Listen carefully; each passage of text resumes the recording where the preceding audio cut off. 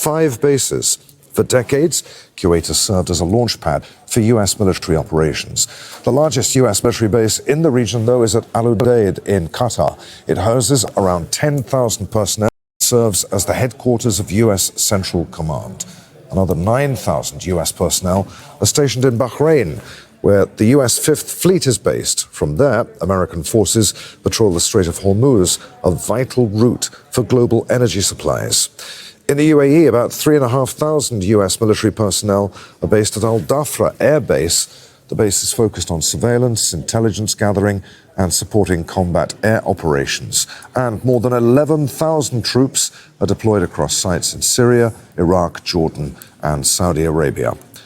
Kimberly Halkett is our White House correspondent. She's with us now once again. Kimberly, the president, in that video statement that he published on his Truth Social platform late in the evening yesterday, warned Americans that they may well suffer losses in this operation.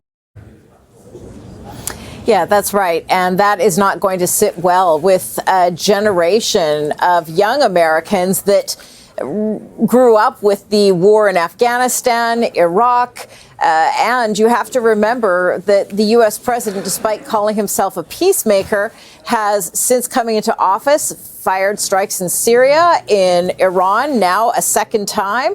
And just weeks ago, the military for the capture and detainment of Venezuela's leader, Nicolas Maduro.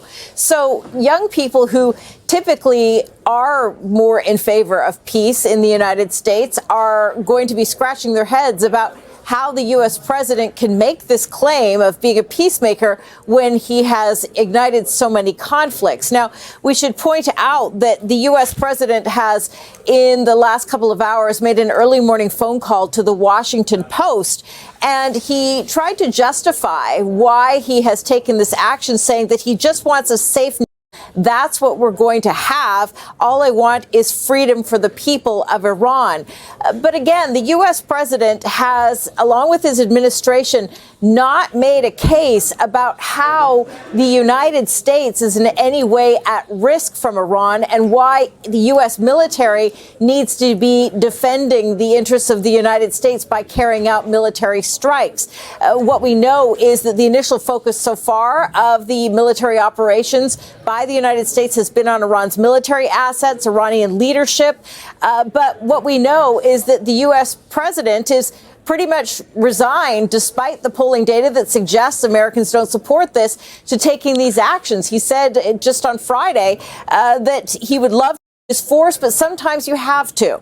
And that was really the first indication that the U.S. president was intent on carrying out these strikes, even as the United States was in the midst of diplomatic negotiations that were set to resume next week. It is the weekend. As we know, Washington empties out over the weekend. The president himself is